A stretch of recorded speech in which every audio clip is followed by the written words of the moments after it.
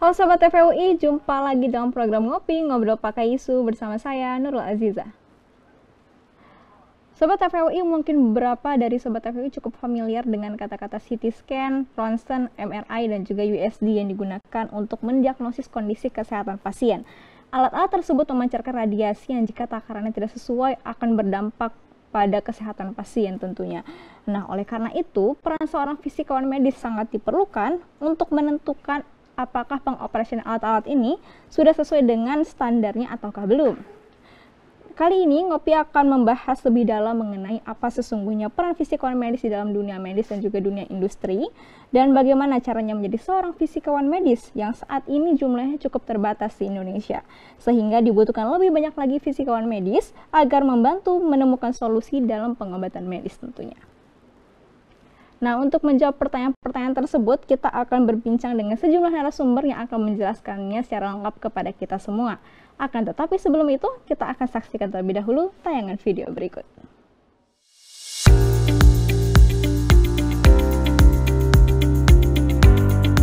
Berkembangnya teknologi kesehatan di Indonesia membuat kebutuhan ahli fisika medis semakin meningkat. Menjawab tantangan ini, Universitas Indonesia memiliki program magister dan juga program profesi fisika medis.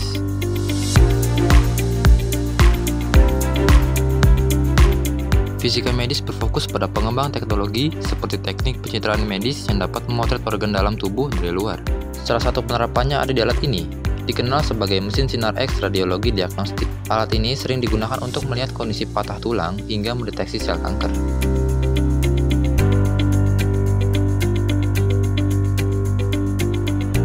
Selain praktik laboratorium, program studi fisika medis juga andal dalam pembelajaran teorinya. Materi yang telah dikembangkan selama 20 tahun terakhir akan menemani para mahasiswa selama 2 tahun berkuliah di program Magister Fisika Medis Fakultas MIPA UI. Proses pembelajarannya dibuat menyenangkan dan mudah karena ada berbagai dosen ahli di bidangnya.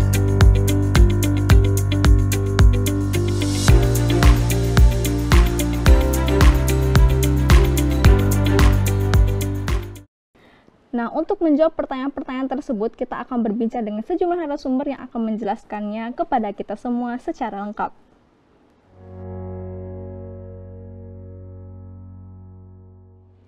Oke, barusan kita menyaksikan sebuah video yang memberikan gambaran umum terkait dengan program profesi fisika medis yang bernaung di bawah Fakultas Matematika dan Ilmu Pengetahuan Alam Universitas Indonesia. Untuk mengetahui lebih lanjut mengenai peminatan dan juga profesi fisika medis, kita akan berbincang dengan 5 orang narasumber yang akan membagi perspektif dan juga pengalamannya masing-masing. Mari kita sambut narasumber kita yang hadir melalui layar Zoom, yaitu ada Bapak Didin Tardi, MSI, selaku Kepala Fisika Medis Rumah Sakit Urip Sumoharjo, Lampung. Halo ya, Pak halo. Didin. Halo, selamat siang Pak. Terima kasih Pak telah meluangkan waktunya untuk bergabung di Ngopi. Lalu narasumber kedua kita yang masih tergabung melalui layar Zoom yaitu ada Bapak Muhammad Roslan Abdul Goni, MSI, selaku Fisikawan Medis Rumah Sakit Kanker Darmais, Jakarta Barat. Halo Pak Gani. Ya, halo, selamat siang. Selamat siang Pak, terima kasih telah meluangkan waktunya untuk bergabung di Ngopi Pak. Lalu narasumber kita yang selanjutnya yang akan menemani saya di studio pada kesempatan kali ini adalah Ibu Ika Haryati, MSI, selaku R&D Officer di salah satu perusahaan penyedia alat kesehatan diagnostik Indonesia. Halo Bu Ika, terima kasih Ibu telah bergabung di Ngopi Ibu. Ya, sama-sama. Lalu tentunya Bu Ika tidak akan sendiri Sobat TVUI karena akan ditemani oleh Profesor Supriyanto Adji Prawiro, MSI PhD, selaku Kepala Center for Medical Physics and Biophysics Universitas Indonesia dan juga Ketua Program Studi Magister Fisika Medis Universitas Indonesia. Oke, terima kasih Prof telah bergabung. Lalu kita panggilkan pula narasumber kita yang terakhir, yaitu ada Dr. Lukmanda Evan Lubis, MSI FMed. Beliau merupakan anggota dari Center for Medical Physics and Biophysics Universitas Indonesia dan juga Ketua Umum Aliansi Fisikawan Medik Indonesia atau AFISMI. Halo Pak Evan, terima kasih Pak telah bergabung pada Ngopi kali ini. Oke, semua narasumber sudah kita perkenalkan, kita akan segera mulai perbincangan, akan tetapi sebelum itu kita saksikan jeda berikut.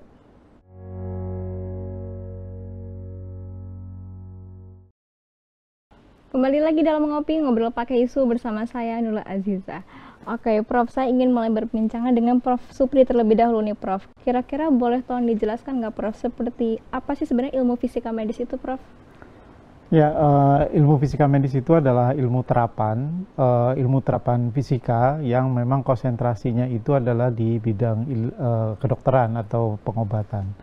Jadi sebenarnya besarannya adalah dalam bodi besarnya biofisik atau ilmu fisika dalam bidang ilmu hayati. Tapi karena memang konsentrasi fisika medis itu pada bidang kesehatan atau kedokteran, maka terspesifikasi menjadi cabang ilmu sendiri gitu.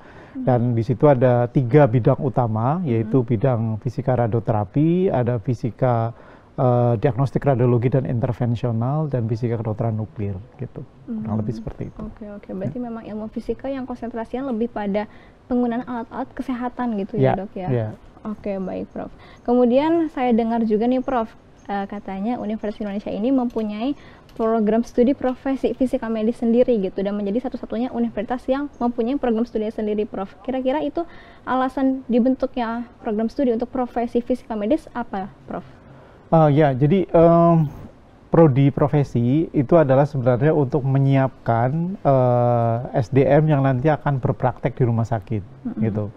Nah, Universitas Indonesia baru mendapatkan pengesahan dari Senat di tanggal 23 kemarin, baru disetujui Senat, dan sekarang lagi proses untuk penerimaan mahasiswa baru gitu. Nah, ini sebenarnya kita menginisiasi tadinya dalam bentuk pelatihan, terus memang dibuka di Undip dulu dari 2021, dan sekarang baru ada di UI karena baru ini, karena memang kita membuka S2 dulu. Jadi kita ada S2 fisika medis, terus ada sekarang baru buka yang ke profesi gitu. Tapi memang diinisiasi oleh UI dalam bentuk pelatihan, dan sekarang berkembang menjadi program studi. Oke. Apa yang membedakan adanya si fisika medis ini menjadi program studi profesi tersendiri, Prof? Apakah untuk menjadi fisikawan medis ini tetap perlu magister fisika medis dulu baru profesi, atau bisa langsung loncat, Prof, dari S1 mau langsung profesi gitu? Ya, jadi untuk yang prodi profesi sebenarnya memang didedikasikan untuk S1 kan, sebenarnya lulusan dari S1 itu bisa langsung ke profesi. Tetapi kita ada alternatif adalah mereka yang lulusan dari program magister fisika medis yang kita punya itu bisa mengambil prodi profesi gitu. Jadi intinya adalah program S1 dan S2 itu program akademik. Artinya program akademik itu adalah menyiapkan mereka untuk melatih mereka berpikir, mereka mau nulis skripsi, mereka menulis tesis, tujuannya adalah akademik ya. Sedangkan untuk program profesi itu adalah arahnya adalah untuk praktek di rumah sakit, sehingga outputnya itu adalah nanti akan ada uji kompetensi yang memastikan seorang itu bisa berpraktek di rumah sakit. Jadi kalau dia tidak kompeten, ya dia tidak bisa praktek di rumah sakit, seperti halnya apoteker, dokter gigi, dan nurse gitu. Oke. Lalu untuk menjadi masuk dalam program studi profesi ini sendiri, Prof, apakah ada perbedaan gitu antara orang yang sudah lulus dari magister fisika medis ingin mendaftar profesi, atau orang yang baru S1 mau masuk ke profesi gitu? Apa yang jadi tolak ukur perbedaan penerimaannya? Mungkin kalau udah magister lebih diprioritaskan diterima, atau bagaimana, Prof? Untuk prodi profesi sebenarnya keduanya bisa, cuma untuk yang magister ini nanti kedepannya dia bisa sampai spesialis gitu. Kalau profesinya itu nanti seleksinya sama, mekanismenya sama, cuman yang sudah S2 itu punya tiket nanti ke prodi spesialis yang rencananya kita akan kembangkan dalam beberapa tahun ke depan gitu. Nanti ada beberapa prodi spesialis yang kita dirikan. Oke, berarti untuk peluang untuk masuk dalam profesi ini, baik mahasiswa lulusan S1 dan juga magister itu sama-sama bisa, cuman untuk yang magister ini ada peluang untuk bisa ke spesialis, begitu ya, Prof ya? Betul. Oke, Prof, yang dipelajari kira-kira apa saja di profesi fisika medis ini? Kalau yang di akademik itu dasarnya adalah anatomi fisiologi, ada fisika radiologi dan dosimetri, ada radiobiologi, ada fisika radioterapi, fisika radiologi diagnostik dan intervensional, ada fisika kedokteran nuklir, dan ada beberapa mata kuliah penyokong seperti kayak komputasi gitu, arahnya ke sana. Dan sedangkan untuk keprofesian itu adalah memang berdasarkan namanya standar kompetensi atau standar profesi yang ditetapkan oleh organisasi profesi. Kita punya organisasi profesi Aliansi Fisika Medik Indonesia atau AFISMI, yang bekerja sama dengan Kementerian Kesehatan, Kolegium, dan juga Konsil Tenaga Kesehatan Indonesia yang merancang bagaimana itu standar kompetensi, dan nanti standar kompetensi ini yang diturunkan oleh Prodi dalam bentuk kurikulum gitu. Dan kurikulum kita adalah menginduk pada standar kompetensi yang sudah dirancang oleh AFISMI di 2020, dan itu menjadi rujukan. Oke. Kalau untuk masa pendidikannya sendiri, Prof, profesi ini berapa lama? Profesi standar umumnya adalah 1 tahun. 1 tahun. 1 tahun. Dan jika misalnya seorang belum berkompeten untuk mendapatkan title profesi tersebut, berarti dia harus mengulang lagi 1 tahun lagi? Biasanya ujian kompetensinya yang akan tertunda. Iya. Begitu. Seperti tapi dokter ya. Pendidikannya tetap nggak apa-apa dilanjut gitu ya? Iya. Oke, berarti harus ibaratnya retake ujian lagi. Ya, retake, betul. Baik, begitu. Oke, Prof. Sebenarnya setelah selesai menjalani program studi profesi di fisika medis ini, apa kompetensi yang mungkin paling utama yang diharapkan, dan juga mungkin kompetensi tambahan gitu dari para lulusan ya, Prof?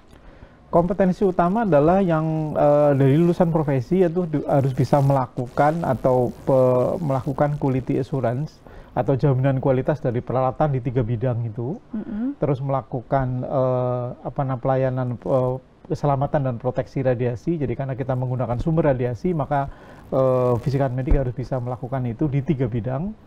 Terus harus bisa melakukan asesmen dari alat yang pertama kali dibeli, harus dicocokin dengan pada saat diinstal itu harus di-checking. Dan itu akan menentukan pembiayaan, dan juga ada pelayanan perencanaan terapi yang itu ada di radioterapi dan mungkin dan kedokteran nuklir. Dan nanti mungkin kedepannya juga ada yang kita kembangkan di radiologi seperti itu. Oke. Nah, kemudian untuk dengan kompetensi yang tentunya sangat banyak ya, Prof, ya, kompetensi yang harus dimiliki oleh seorang lulusan dari profesi fisika medis ini. Nah, itu untuk hari-harinya sebagai mahasiswa profesi begitu, Prof. Seorang mahasiswa ini akan menjalani seperti apa sih, Prof? Apakah akan di laboratorium saja melakukan pengujian dan lain-lain, atau nanti akan ikut ke rumah sakit untuk checking alat dan lain sebagainya? Ya, mahasiswa profesi itu adalah 30% teori di kelas, 70% itu adalah praktek di rumah sakit. Jadi 30% nanti dosennya adalah gabungan dari tim UI dan juga tim rumah sakit.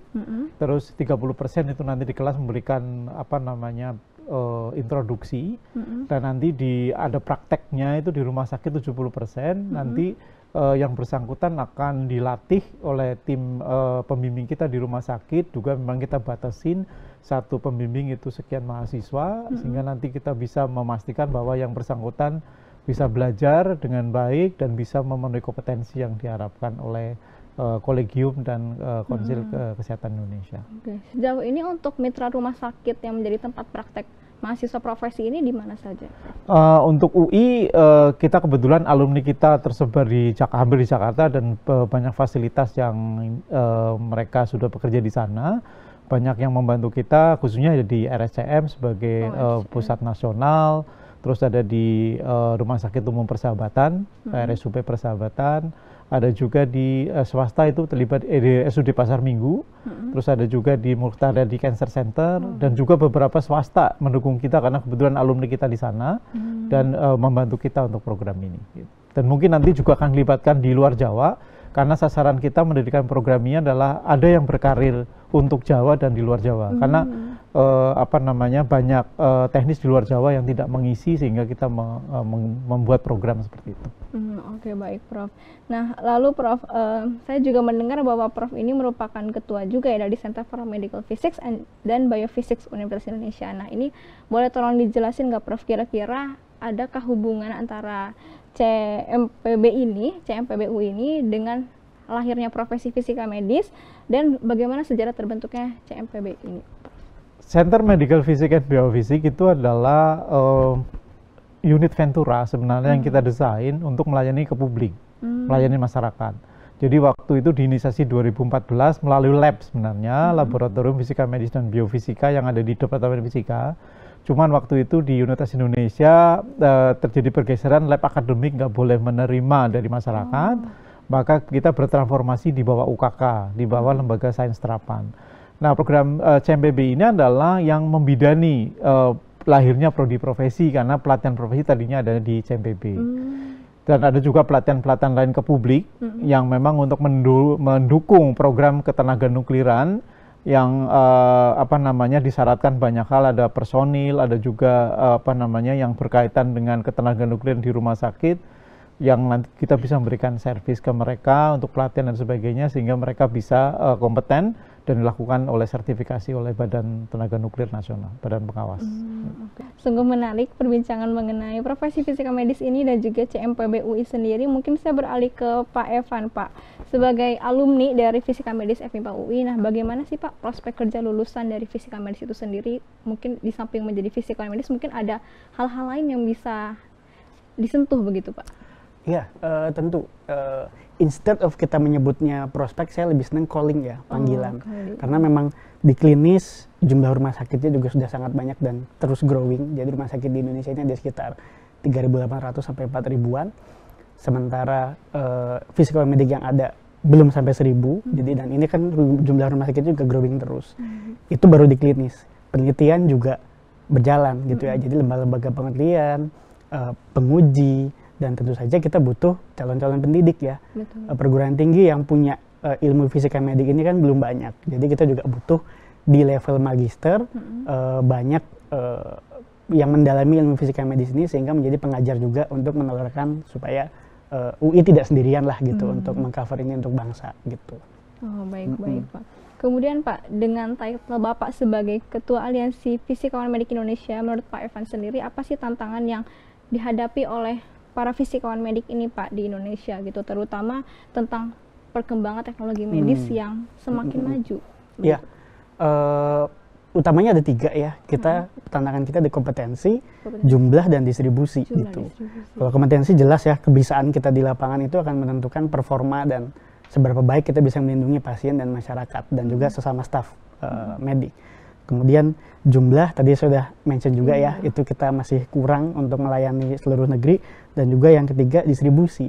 Prof. Supri tadi menyampaikan juga kebanyakan di Jawa nih gitu ya yang ada physical mediknya, dan juga sedikit di Indonesia yang bagian barat. Tapi yang timur itu masih agak kurang distribusinya, dan ini memang perlu kita adakan pemerataan dan strategi-strategi khusus lah. Jadi tantangannya kurang lebih di 3 itu. Oke. Mungkin dari kacamata Pak Evan sendiri, kira-kira apa sih yang membuat kok kita nih kekurangan mahasiswa yang mau belajar profesi fisika medik gitu? Mungkin ada referensi, itu ada cerita dan lain sebagainya. Exposure-nya sepertinya agak kurang ya. Jadi kita, saya kurang tahu apakah kita perlu promosi ke level pendidikan dasar, maksudnya ke SMA gitu ya, bahwa ini ada profesi yang menantang, menarik antara sains dengan kedokteran gitu ya. Ini kan bentuk kolaborasi yang sebenarnya menarik untuk dipelajari gitu. Tapi memang kita belum terlalu banyak mendapatkan exposure ke masyarakat awam gitu. Kalau dari lingkungan fisika S1-nya sendiri Pak, misalnya, kenapa mungkin anak-anak yang jurusannya fisika di S1-nya kurang tertarik nih untuk melanjutkan lagi dengan ke fisika, magister fisika medis Pak? Apakah karena terlalu sulit mungkin pembelajaran atau bagaimana itu Pak? Enggak ya, kalau yang kita lihat trennya mungkin Prof bisa mengkonfirmasi, malah sebetulnya agak membludak ya. Jadi kita agak ngerem-ngerem, karena ketika nanti anak-anak yang lulusan S1 ini membanjiri yang S2, kita kan perlu jaga kualitas nanti pembimbingan tesisnya seperti apa, lalu kemudian pengajarannya juga tidak boleh terlalu banyak di kelas gitu. Jadi kita agak dalam kondisi itu. Kalau yang sudah ada di fisika, biasanya memang minatnya justru tinggi gitu ya, yang sudah tahu gitu. Betul. Jadi kita memang sharing problem dengan teman-teman fisika yang bidang lain, sedikit yang masuk fisika, tapi kalau sudah ada di fisika, biasanya mereka tidak tidak sulit untuk bisa tertarik ke fisika medis gitu. Oke.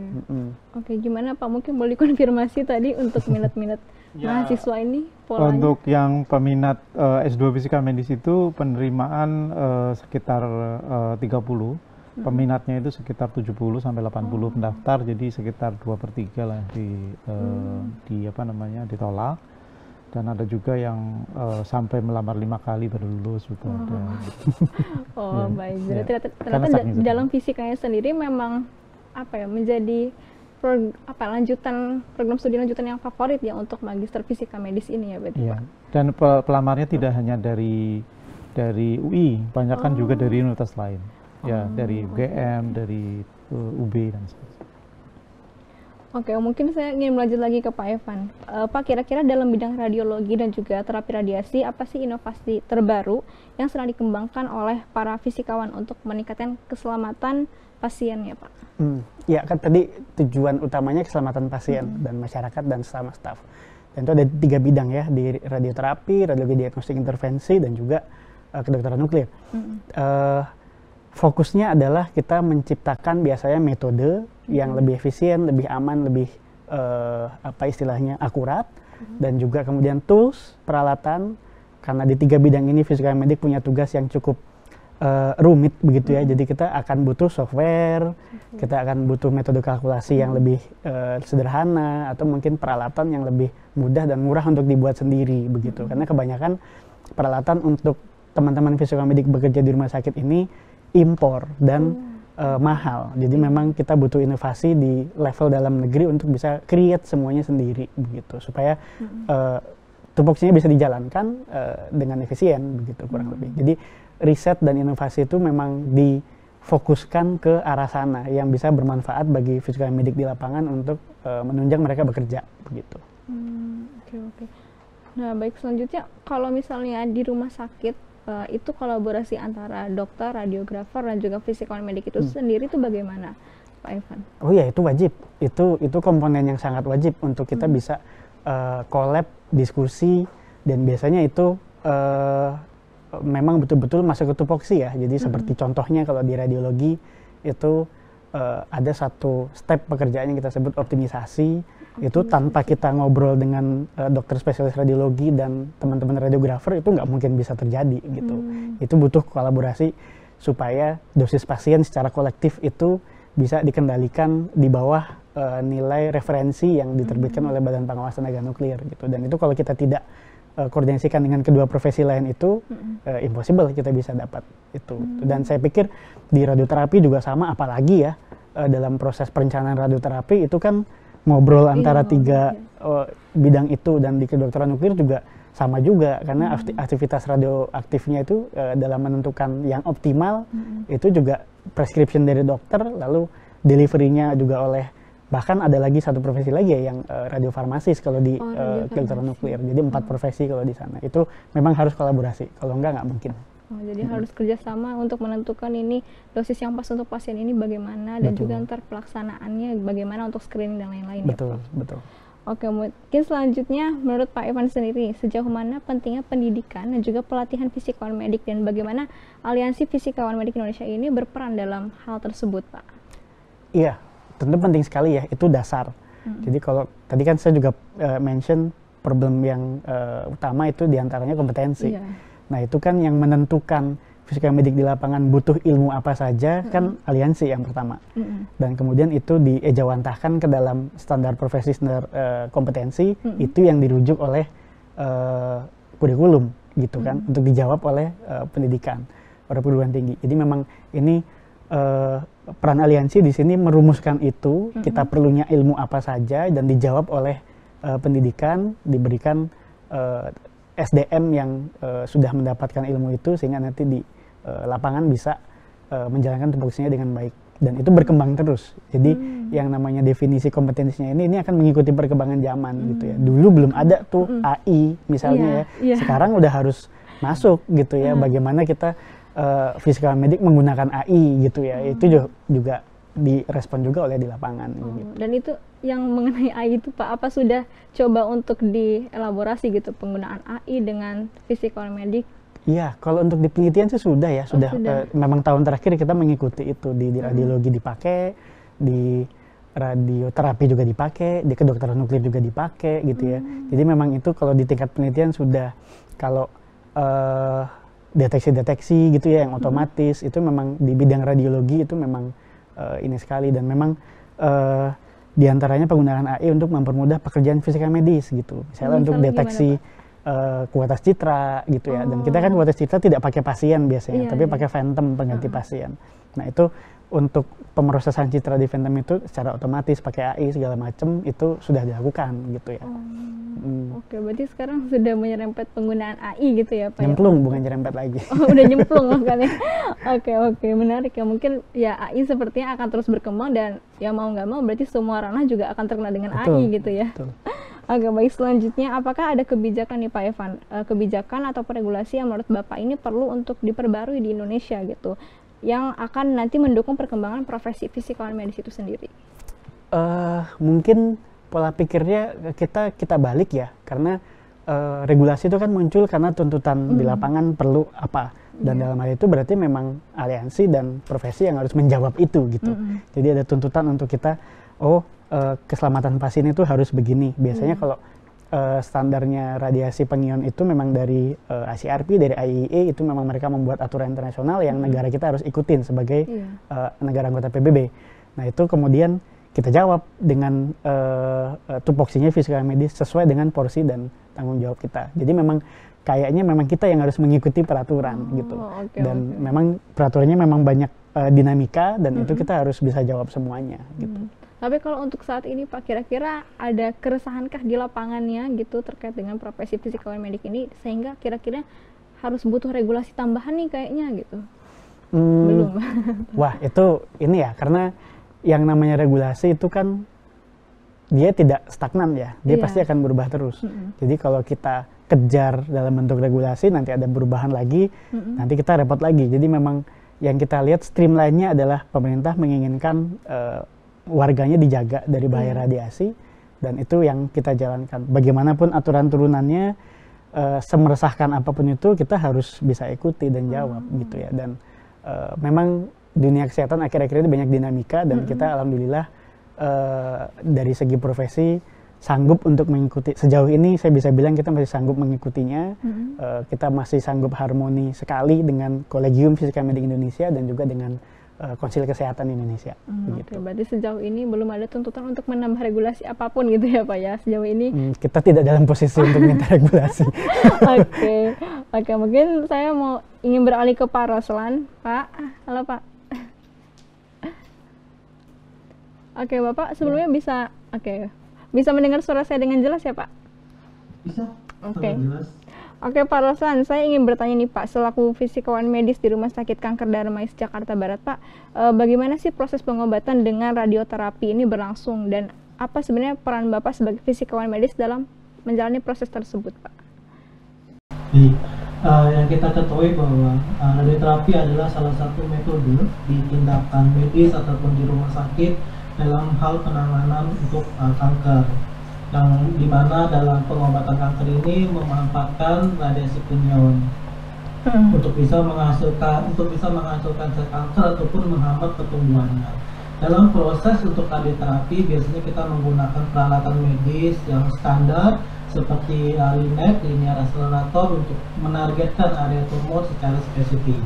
Kalau berbicara tentang proses yang tadi ditanya, bahwa yang alur dari pemeriksaan di radioterapi, yang pertama adalah tentunya pasien perlu berkonsultasi dengan dokter onkologi radiasi untuk bisa menentukan kira-kira radioterapi dengan metode yang sesuai, karena di radioterapi pun akan banyak teknik yang akan digunakan oleh rekan-rekan dari dokter onkologi dan juga fisikawan medik.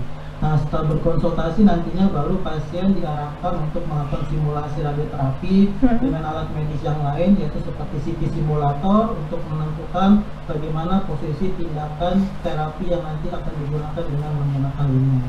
Nah, terkait dengan peranan fisika medik itu ada di tahapan selanjutnya, bagaimana perencanaan dosis radiasi atau yang dikenal dengan treatment planning system ataupun TPS. Di sini peran penting dari fisikawan medik untuk bekerja sama dengan dokter onkologi radiasi untuk bisa menghitung dan mengoptimalkan bahwa dosis radiasi yang diberikan kepada pasien itu tepat dan juga akurat untuk pengobatan pasien kanker. Nanti setelah dilakukan perencanaan dosis radiasi, barulah nanti pasien dilakukan tindakan dengan pelaksanaan radioterapi dengan menggunakan LINAC. Lalu setelah tindakan pelaksanaan dengan radioterapi, baru nanti berikutnya akan ada pemantauan dan juga evaluasi bersama dengan dokter dan juga psikolog medik dengan tindakan radioterapi tersebut, bagaimana kondisi pasien, lalu efektivitas dari terapi untuk bisa tindakan yang selanjutnya. Demikian. Oke, baik Pak Roslan. Menyinggung tadi yang disebutkan takaran radiasinya, Pak. Kira-kira takaran radiasinya tuh yang aman tuh seperti apa, Pak? Mungkin formatnya apa gitu, satuannya, Pak, untuk takaran radiasinya ini, Pak? Oke, untuk takaran radiasi yang kita kenal bahwa nanti terkait dengan aman atau tidak, tentu dalam proses perhitungan nantinya bahwa itu dipertimbangkan untuk berapa tingkat keamanan dari pemberian tindakan radioterapi tersebut. Nah, untuk takarannya biasanya satuan radiasi yang kita gunakan dalam satuan Gray. Mungkin teman-teman dari psikolog medik lebih memahami tentang bagaimana satuan Gray ini digunakan untuk nanti dosis radiasi yang diberikan kepada pasien itu cukup tinggi keakurasiannya untuk bisa membunuh sel kanker, tetapi tetap memperhatikan sel jaringannya dengan kondisi jaringan yang sehat menjadi pertimbangan untuk penentuan dosis radiasi berapa sekian Gray untuk diberikan kepada pasien. Oke, baik Pak Roslan. Selanjutnya Pak, untuk proses penyembuhan kanker sendiri Pak, itu dikatakan proses radioterapi ini berhasil jika seperti apa Pak standar-standarnya?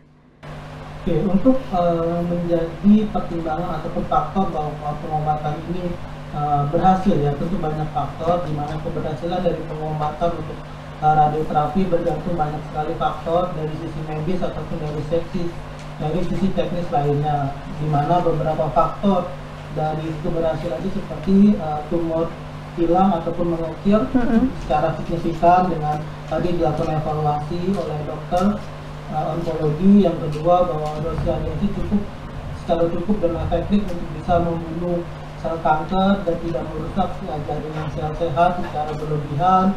Lalu pasien setelah dilakukan tindakan radioterapi kondisinya cukup baik untuk bisa menjalani terapi ataupun pemulihan dari pasca tindakan radioterapi. Tentunya yang terakhir adalah tidak ada kekambuhan ataupun dalam jangka waktu tertentu dari terapi yang diberikan. Seperti itu. Untuk tadi Pak yang disebutkan sel kankernya mengecil atau bahkan hilang Pak, ini diukurnya berapa lama durasinya Pak? Nanti pasien akan berkonsultasi dengan dokter onkologi radiasi untuk nanti melakukan follow up apakah nanti akan jadi berapa signifikansi dari pengecilan dari ukuran tumor setelah pasca dilakukan tindakan radioterapi. Oke, baik, berarti berdasarkan hasil diskusi dengan dokter ya Pak ya. Kemudian Pak, kira-kira apa sih Pak faktor yang menyebabkan proses radioterapi ini tuh disebut berhasil gitu Pak? Dan mungkin ya Pak, maaf sebentar Pak. Dan mungkin Pak kira-kira saya ingin bertanya terkait dengan proses penyembuhan penyakit kanker ini Pak, ada berbagai macam gitu, dan apa yang membuat radioaktif ini mungkin lebih efektif dibandingkan kemoterapi dan lain-lain, itu apa Pak?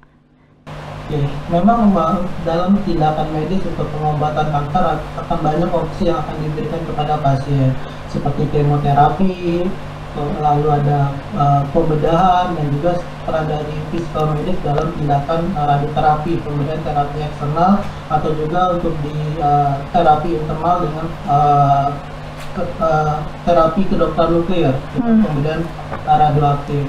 Gimana kenapa tindakan radioterapi ataupun pemberian radioaktif ini lebih unggul dibandingkan yang lainnya? Maka bahwa kita sangat memperhatikan sekali akurasi dan juga berapa tingkat keefektivitasan dari pemberian radiasi yang menjadi pertimbangan oleh dokter onkologi dan juga dengan rekan sejawat psikolog medik. Jadi yang menjadi perhatian adalah kita sangat memperhatikan efektivitas dan akurasi dari pemberian radiasi itu.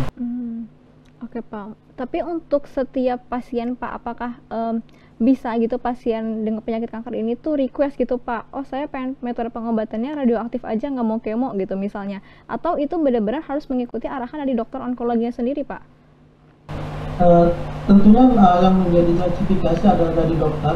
Dokter tentu akan melihat kondisi klinisnya seperti apa, lalu dokter memiliki parameter-parameter yang menjadi pertimbangan terkait dengan runtutan dari pengobatan pasien itu sendiri. Apakah nanti kondisi pasiennya perlu dilakukan kemoterapi terlebih dahulu, kemudian dilakukan tindakan baru dilakukan tindakan radioterapi, nanti itu menjadi pertimbangan dari justifikasi oleh dokter. Oh, oke, baik. Berarti intinya tindakan yang dilakukan itu berdasarkan kesepakatan dengan dokter ya Pak ya, mana yang lebih baik gitu, apakah kemo dulu baru radioaktif atau sebaliknya gitu mungkin ya Pak ya. Dengan terapi yang lain. Oke, baik. Terima kasih banyak Pak Roslan. Saya ingin beralih juga ke Pak Didin yang ada di samping Pak Roslan selaku Kepala Fisikawan Medis Pak di Rumah Sakit Urip Sumoharjo Lampung. Pak, bagaimana fisika medis ini berkontribusi Pak dalam diagnosis dan juga pengobatan pasien, terlebih di kasusnya Rumah Sakit Urip Sumoharjo Lampung, Pak Didin? Berjelasnya, kalau terkait diagnosis itu dari pihak fisika medis itu bisa dibilang kurang masuk ke dalam diagnosis itu. Jadi lebih tepatnya untuk diagnosis itu sendiri itu akan dilakukan oleh dokter. Seperti tadi yang Mas Dani bilang, dari dokter onkologi itu dia akan mendiagnosis kalau pasien tersebut terkena kanker, dan kemudian akan diarahkan tindakan apa yang selanjutnya untuk pengobatannya. Nah, kalau di fisika medis sendiri lebih cenderung ke banyak terlibat pada pengobatan, terutama untuk di radioterapi sendiri. Nah, untuk fisika medis di radioterapi itu kita punya porsi pada perencanaan radiasinya, yang mana seperti yang tadi diceritakan Mas Dendi, jadi ketika pasien itu dari onkologi akan dikirim ke instalasi radioterapi, kemudian pada dokter onkologi radiasi itu akan memberikan keputusan untuk melakukan CT simulator. Nah, dari CT simulator, dokter onkologi itu akan membuat suatu target atau area yang bisa diradiasi. Nah, setelah selesai proses tersebut, baru fisika medis itu akan terlibat pada saat perencanaannya. Nah, perencanaan terkait radiasinya itu bagaimana tekniknya agar dosis yang diinginkan dokter itu mencakup dari target tumornya. Dan kita sebagai fisika medis itu akan mengoptimisasi organ sehat lainnya yang di sekitar tumor. Jadi bagaimana agar treatment tersebut atau pengobatan tersebut itu efektif membunuh sel kanker, tetapi tetap menjaga fungsi dari organ sehat di sekitarnya itu bekerja dengan baik. Nah, di situ fisika medis harus berusaha melakukan perencanaan tersebut menggunakan suatu software itu yang sering disebut dengan treatment planning system atau TPS. Begitu. Oke, Pak Didin. Untuk penyakit-penyakit yang bisa disembuhkan dengan radioaktif gitu atau dengan bantuan seorang fisikawan medis, kira-kira ada penyakit lain nggak Pak selain dari kanker tadi ya?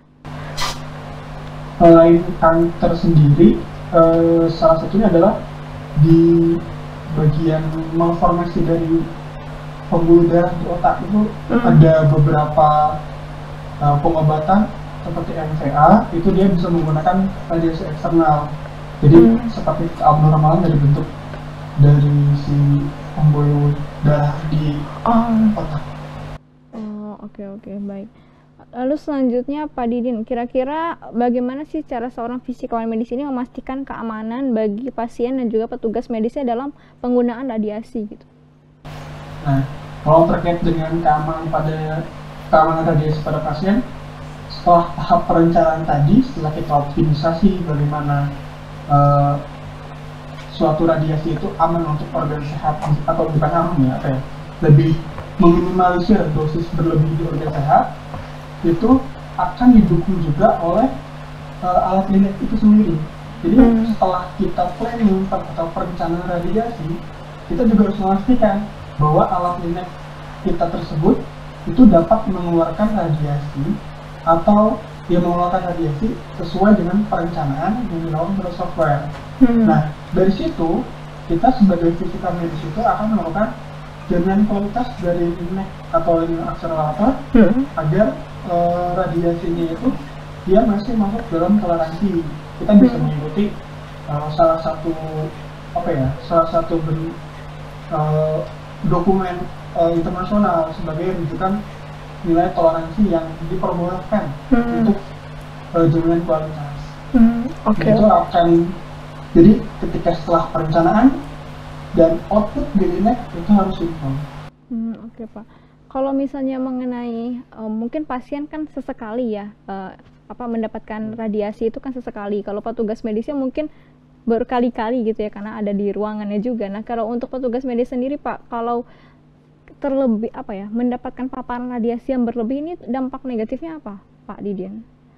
Nah sebenarnya dari ketiga bidang itu seperti radiologi, kedokteran nuklir, dan radioterapi yang menjadi hal utama terkait dengan proteksi radiasi dari pekerja itu adalah infrastruktur. Nah, seperti bangunan dari ruangan dari INEC itu dindingnya harus mengikuti prosedur yang mana biar dinding tersebut dapat menahan radiasi atau mengurangi intensitas radiasi yang tembus ke pekerja di luar area. Nah itu biasanya saat kita akan berencana membangun suatu instalasi, kita harus kalkulasi terlebih dahulu. Jadi supaya agar dosis yang diterima oleh pekerja radiasi itu lebih aman atau masuk lebih kecil dari nilai batas dosis. Nah, mana di Indonesia sendiri kita ada salah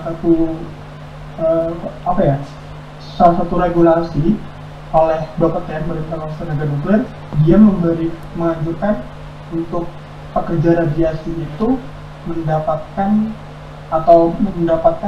ada batas nilai dosis yang dapat diterima.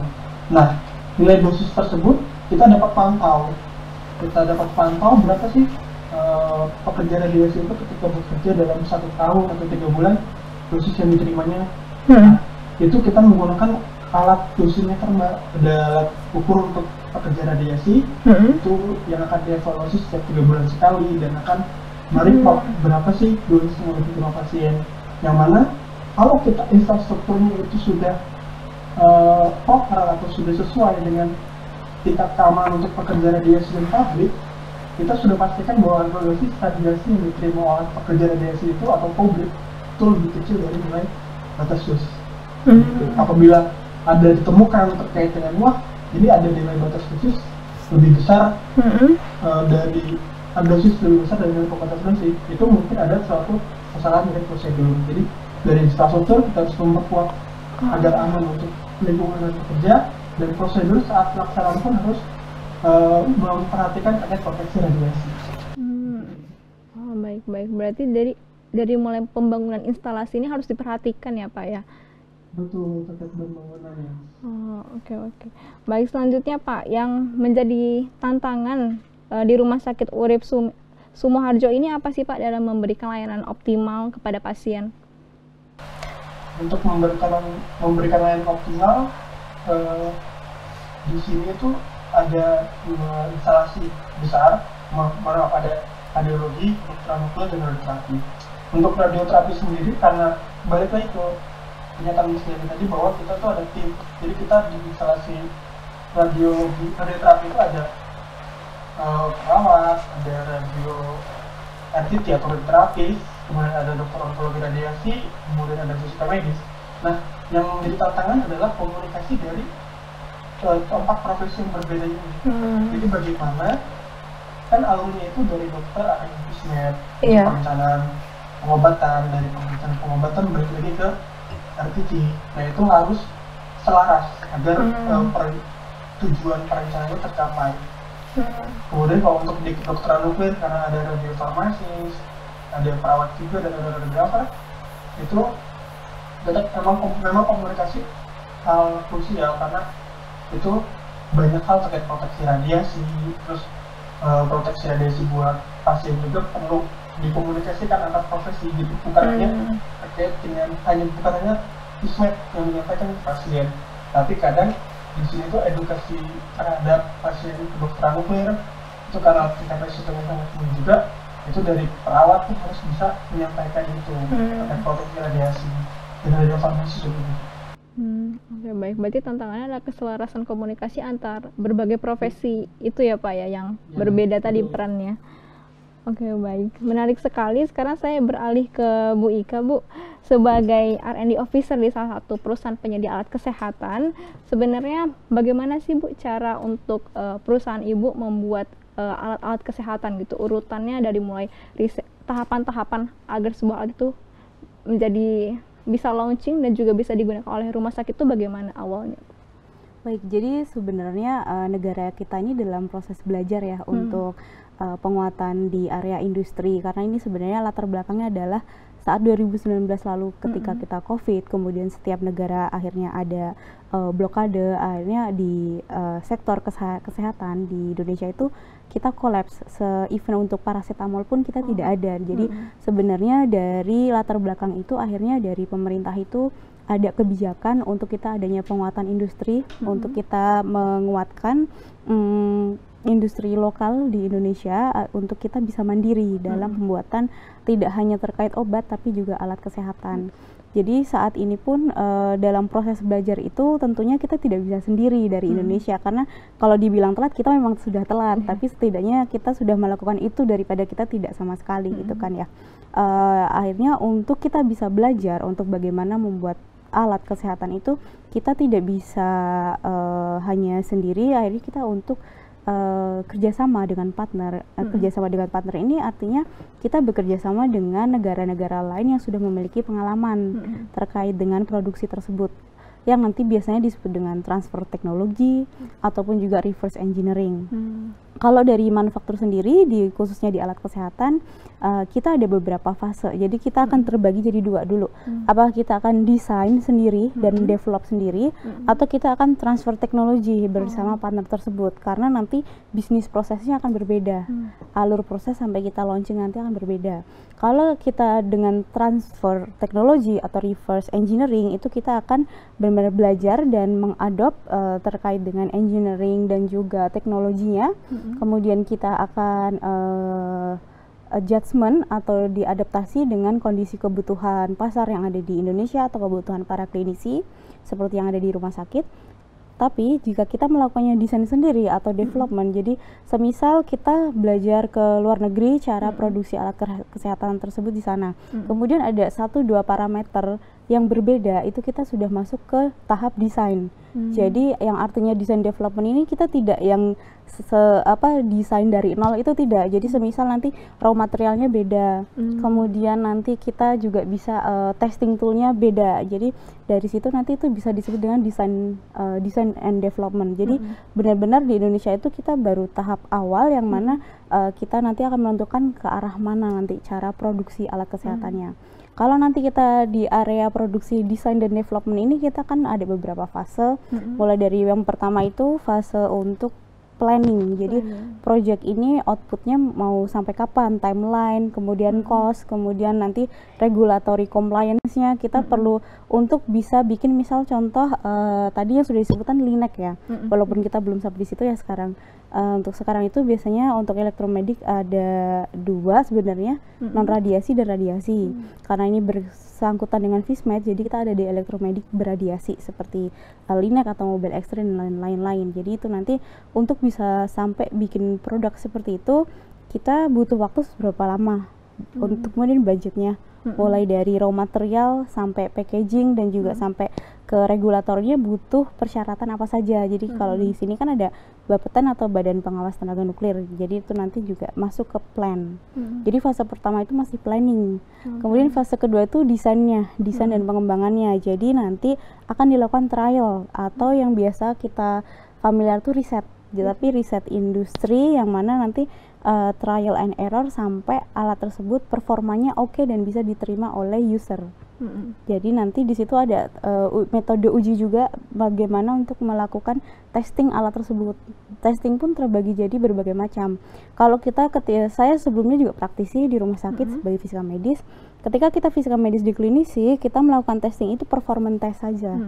Jadi bagaimana memastikan alat tersebut speknya sesuai, dengan vendor, dengan apa yang kita beli, kemudian quality assurance untuk aman untuk pasien, kemudian masyarakat dan juga pekerja. Itu untuk testing selama ini dilakukan oleh klinisi. Tapi ketika kita sebagai sisi manufaktur, testing kita lebih jauh kompleks. Kita ada testing safety, kemudian elektronikal, kemudian ada elektromagnetik juga. Jadi benar-benar teknis, terbagi ke sampai spesifik alat tersebut bentuknya apa. Nanti ada performance testnya juga. Jadi lebih jauh, lebih banyak dan lebih komprehensif lagi testingnya. Nanti setelah itu masuk ke fase ketiga namanya verifikasi desain. Di verifikasi desain itu contohnya kalau kita bikin cookies. Jadi kalau bikin cookies itu verifikasi itu kita memastikan resep yang kita bikin itu benar-benar bisa bikin buat jadi cookiesnya. Nah, nanti di fase keempat maksudnya validasi desain. Bedanya apa sama verifikasi? Kalau di validasi ini kita memastikan bahwa yang makan cookies ini oke. Artinya kalau di Alkes, di alat kesehatan itu kita clinical trial, clinical validation yang akan digunakan jadi oleh klinisi. Jadi kita minta dokter atau para praktis yang di rumah sakit untuk pakai alat tersebut. Nanti kalau itu semua sudah beres, kita lalu ada namanya CPAKB, itu sebagai GMP Good Manufacturing Product yang dikeluarkan oleh Kemenkes. Nanti setelah itu karena kita juga sebagai alat produksinya beradiasi, kita juga butuh izin produksi untuk alat radiasi oleh Bapeten. Jadi untuk alat beradiasi ini lebih kompleks lagi regulatorinya. Nanti setelah kita dapat sertifikasi tersebut, kita baru bisa dapat izin edar. Izin edarnya yaitu AKD di situ sih. Jadi prosesnya lumayan panjang ya. Sekali. Oke. Kalau untuk kalau misalnya di perusahaan Ibu sendiri, apakah kita sudah pernah di tahap desain dan develop atau kita transfer teknologi tadi? Awalnya ada transfer teknologinya untuk kita tahu bagaimana cara produk itu dibuat, tapi pada akhirnya nanti kita juga akan desain development karena kita ada perubahan-perubahan dan juga ada pengembangan yang menyesuaikan dengan kondisi di Indonesia gitu. Oke. Baik, nah untuk tadi kan proses untuk membuat alat itu digunakan akhirnya di rumah sakit kan panjang ya Bu ya, dan tentu itu membutuhkan mitra-mitra. Tadi kan pengujiannya tadi ada banyak sekali. Nah, bagaimana Ibu mencari mitra-mitra yang atau lembaga penguji gitu yang memastikan bahwa alat ini nanti akan berkualitas dan bisa dipakai oleh pasien? Ya biasanya kita akan melakukan audiensi dulu ke regulator atau ke institusi pemerintah karena kita berkaitan dengan sertifikat produk yang sertifikatnya itu perlu diakui oleh pemerintah. Jadi kita akan audiensi untuk konsultasi dan juga bimbingan teknis di lembaga-lembaga pengujian mana saja yang kita bisa lakukan sertifikasi produk tersebut. Kalau hubungannya dengan CMPBUI apakah ada Bu? Pernah melakukan pengujian mungkin atau bagaimana kerjasama yang terjadi? Jadi sejarahnya itu adalah di industri itu kita ada tantangan dari Kementerian Industri untuk peningkatan lokal komponen. Peningkatan lokal komponen di sini itu tidak hanya sekedar kita membuat komponennya sudah dibeli atau raw materialnya dibeli di Indonesia, tapi kita juga perlu ada inovasi terkait dengan desain developmentnya saja. Jadi kalau dari Kementerian Industri saat itu saat kita assessment kita mendapat challenge bahwa yang namanya untuk lokal komponen untuk kegiatan R&D itu kita tidak hanya komponennya saja yang dilokalkan tapi juga butuh adanya inovasi. Jadi kita melakukan in-house research di industri, kita melakukan optimisasi seperti yang dijelaskan oleh Pak Evan tadi. Nah, di industri itu sebenarnya kita banyak data.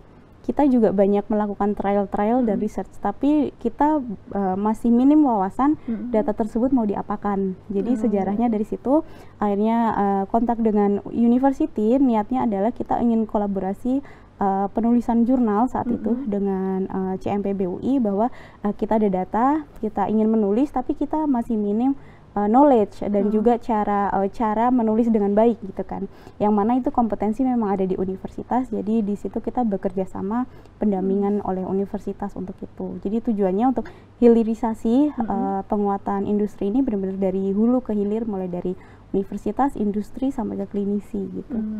Oke, baik.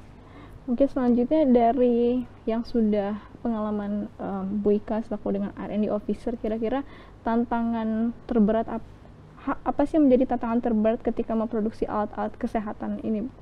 Tantangannya adalah karena kita mulai dari nol. Jadi ketika mulai dari nol itu misal dari mulai bisnis plan kita mau buat contoh mobile X-ray. Di situ di internal manufaktur itu bahkan belum tahu mobile X-ray bentuknya seperti apa, dibuatnya pakai apa gitu. Jadi itu tantangan pertama yang terberat. Jadi kita semua benar-benar mulai dari nol, belajar ke partner juga dari nol. Kemudian yang kedua adalah regulasi. Karena di Indonesia itu untuk produksi alat kesehatan terutama yang teknologi sedang menuju tinggi seperti CT scan, mobile X-ray itu masih baru. Jadi regulasi pun juga masih dinamikanya besar. Artinya misal kita butuh sertifikasi produk, tapi tim sertifikasi produknya juga belum pernah melakukan uji produk tersebut. Atau misal tim pengujinya ini sudah bisa melakukan pengujiannya, tapi fasilitasnya belum memadai karena butuh ada syarat-syarat teknis dan lain sebagainya.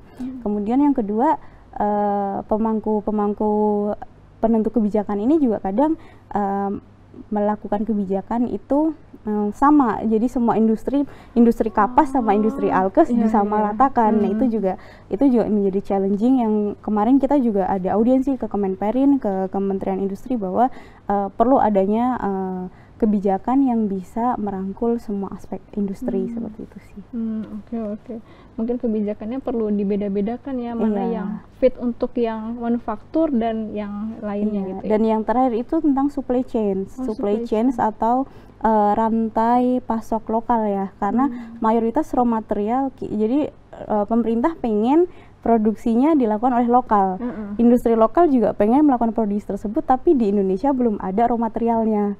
Jadi ujung-ujungnya raw materialnya tetap impor. Jadi itu juga lumayan susah karena kita selain belajar dari nol, kita juga perlu bangun supply chain lokal, ekosistem supply chain yang lokal itu juga harus dibangun juga. Jadi kita untuk bikin produksi alat kesehatan, rantai pasok lokal itu juga penting untuk di situ. Oke, mungkin untuk boleh kalau dicontohkan Bu untuk raw material yang nggak ada di Indonesia ini contohnya dalam membuat apa gitu misalnya? Oke. Sebenarnya kalau di area fisika medis ini kan alat-alat beradiasi itu kita di Indonesia kita belum bisa ada buat raw material tabung X-ray yang mana kita perlu insert tube-nya yang harus ada vakumnya di Indonesia itu kita belum bisa. Jadi mau nggak mau itu juga harus lokal, harus impor ya seperti itu sih.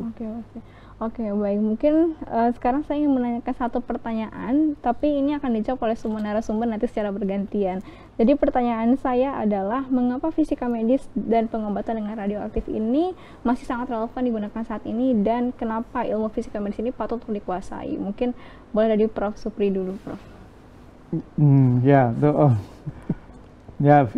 Tentu saja gini, pengobatan ini seperti tadi disampaikan oleh semuanya bahwa ini kan pengobatan atau misalkan diagnostik dan pengobatan yang multi tim.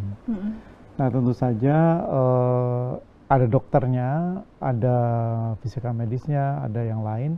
Nah, tentu saja ini saling terkait. Tidak bisa berdiri sendiri. Yang dokter membutuhkan fisika medis dan ini juga saling imbal balik. Tentu saja sumber daya ini adalah menjadi penting, harus sustain, disediakan di level pemerintah. Tentu saja kita di universitas adalah mencetak tenaga itu untuk tentu saja nanti bisa berkiprah di masyarakat. Saya kira itu peran dari universitas. Oke, baik. Ya, selanjutnya Pak Evan bagaimana Pak? Iya, kalau peranan radiasi ya bisa dibilang begitu dalam pengobatan karena sejauh ini paling efisien ya. Penggunaan radiasi di pengobatan itu dari zaman ronsen 1895 gitu ya, sampai sekarang belum ada penggantinya. Untuk melihat bagian dalam tubuh manusia tanpa ngebedah itu masih dengan ilmu-ilmu yang di radiologi kalau untuk diagnostik. Kalau untuk terapi juga sama ya, kita masih dalam petualangan untuk mencari pengobatan yang paling efisien, dan sejauh ini memang terapi dengan radiasi itu masih yang termasuk yang paling efisien begitu. Jadi memang belum ada penggantinya dan memang paling efisien, sehingga untuk sementara ini memang ilmu ini dipersiapkan juga untuk menyambut kalau ada teknologi baru juga gitu. Jadi memang sangat relevan untuk stay di ilmu ini kalau menurut saya begitu. Oke, baik. Selanjutnya mungkin Bu Ika bagaimana Bu pandangannya? Mungkin kalau dari sisi manufaktur di situ tetap relevan karena memang sebenarnya yang digemborkan adalah invasifnya itu kan. Jadi bagaimana kita bisa punya teknologi dengan invasif tanpa pembedahan tapi efisien dan akurat. Jadi itu masih relevan dan sampai sekarang masih terus berinovasi ya. Baik, untuk Pak Didin, bagaimana Pak tanggapannya terkait dengan relevansi physical medis dan juga radiologi nih? Kalau terkait pengobatan menggunakan radiasi ini sebenarnya cenderung satu lingkaran ya, dimana di satu lingkaran tersebut sebenarnya untuk kanker sendiri nggak hanya untuk menggunakan radiasi, tapi ada juga menggunakan dengan pembedahan, dan juga dengan menggunakan kemoterapi. Cuman memang dari setiap ketiga hal tersebut punya kelebihan dan kekurangan masing-masing. Salah satunya untuk yang menggunakan radiasi adalah kita tidak perlu melakukan pembedahan, dan untuk ini kan konsepnya radiasi itu digunakan untuk pembunuhan sel, dan pembunuhan selnya tentu lokal, jadi tidak seluruh tubuh. Oke, baik, terima kasih banyak Pak Dini. Selanjutnya untuk Pak Roslan Abdul Ghani, bagaimana Pak pandangannya? Baik, saya melihat pandangan dari sisi klinis, di mana kami sebagai Rumah Sakit Kanker Nasional bahwa setiap hari itu ada pasien yang berdatangan untuk melakukan diagnostik, untuk melakukan tindakan untuk penyembuhan kanker gitu. Tentunya bahwa kita ketahui bahwa kanker masih menjadi salah satu penyakit utama yang harus diselesaikan di konteks dunia gitu. Di mana setiap pasien datang ke rumah sakit kami dengan penuh harapan untuk dia bisa sembuh dari penyakitnya. Tentu ini menjadi salah satu tantangan kita sebagai physical medik yang terlibat dalam bagaimana mulai dari screening, mulai dari diagnostik, dan juga mulai dari tindakan terapi pasien kanker. Tentu kita sebagai physical medik memiliki peranan penting dalam hal itu. Itulah mengapa bahwa physical medik masih terus berkembang seiring dengan teknologi yang terus berkembang, mulai dari pencitraan medis, mulai dari pengobatan untuk terapi radiasi, khususnya di dunia onkologi ataupun di dunia cancer, seperti itu. Oke, baik, terima kasih banyak Pak Roslan Abdul Ghani.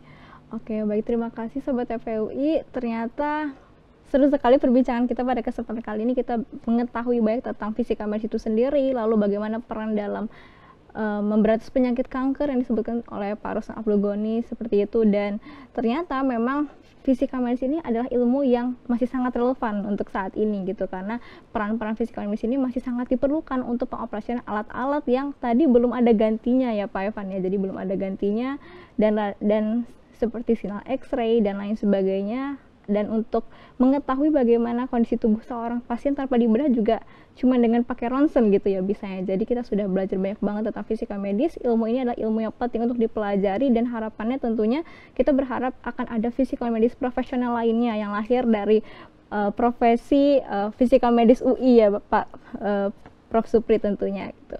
Menarik sekali perbincangan kita pada kesempatan kali ini, akan tetapi sayang kita sudah sampai di penghujung acara. Semoga perbincangan ini menambah wawasan Sobat FEUI dan juga memberikan manfaat untuk Sobat FEUI. Saya Nurul Azizah, beserta seluruh kru yang bertugas, pamit undur diri dan sampai jumpa pada program ngopi selanjutnya. Terima kasih banyak Pak Roslan, Pak Didin. Makasih Pak, berjumpa lagi. Bu Ika, terima kasih banyak Ibu kesempatannya.